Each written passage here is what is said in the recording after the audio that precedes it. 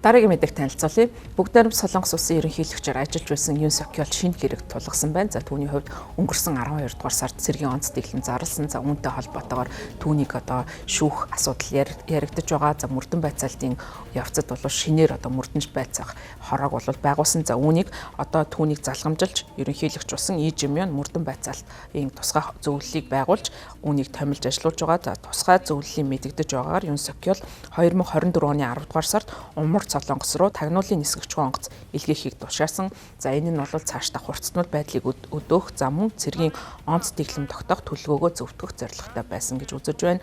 Юн Сок Ёл болон түүний засаг захиргаанд өндөр албан тушаалх хашж байсан Батлан хамгаалахын сайд Ким Йон Хён цэргийн тагнуулын дарга ясан Ён Ин Хён нарт дайсан тусалсан эрх мэдлээ уруулан ашигласан гэсэн хэрэг тулгаж байгаа юм байна.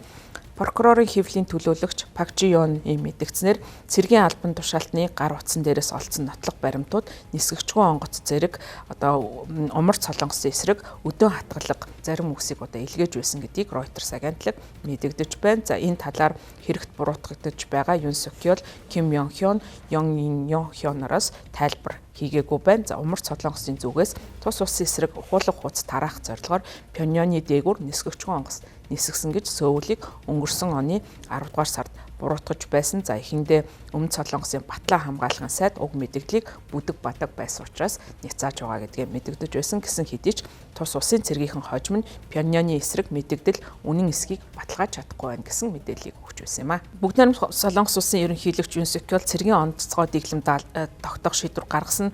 За үүнийхээ эсрэг санал өгүүлэхгүй тул парламентын ордон руу зэвсэгсэн цэргүүдийг илгээсэн. За үүний дараа бол тус улсад улс төрийн өмнө самун үүссэн. За консерватив үзэлтэй Юн Сок Ёл 1-р сард болсон одоо түүний эсрэг явуулсан үйл ажиллагааны үр дүнд түүнийг саатуулж түүхэндх ерөнхийлөгчөө одоо барьж хорьсон анхны явдал болсон. За Юн Сок Ёл нь 4-р сард үндсэн хуулийн шүүх бол түүнийг албан ёсоор нь огцруулах шийдвэр гаргасны дараа албан тушаалаа өгсөн. За Юн Сок Ёл ерөнхийлөгч асантай цэргийн одоо дэглэм зогтоохтой холбоотой асуудлуудыг асуухад хизээч ийм төлөвлөгөөгүй байсан гэдгийг мэдэгдэж байсан ч гэсэн сүр хүчний намууд түүний буруутай үйлдэлийг сэрэмжүүлж арчлалыг одоо эсрэг үйл ажиллагаа явуулсан гэдгийг цэргийн дэглэм тогтоохыг оролцсон гэж буруутгаж байгаа. За түүний өмгөөллийн баг Юн Сок Ёл нисгэгчгүй онгоцны нислэгийн талаар мэдээлэл өгөөгүй гэж мэдгдсэн. За одоогоор шоронд хоригдож байгаа ерөнхийлөгч асан бослогыг удирдсан цэргийн дэглэм тогтоохтой холбоотой босод гэмт хэргийн удалмаас шүүх хуралд оролцож өөрийнхөө гин бурууг нотлохоор ажиллаж байгаамаа.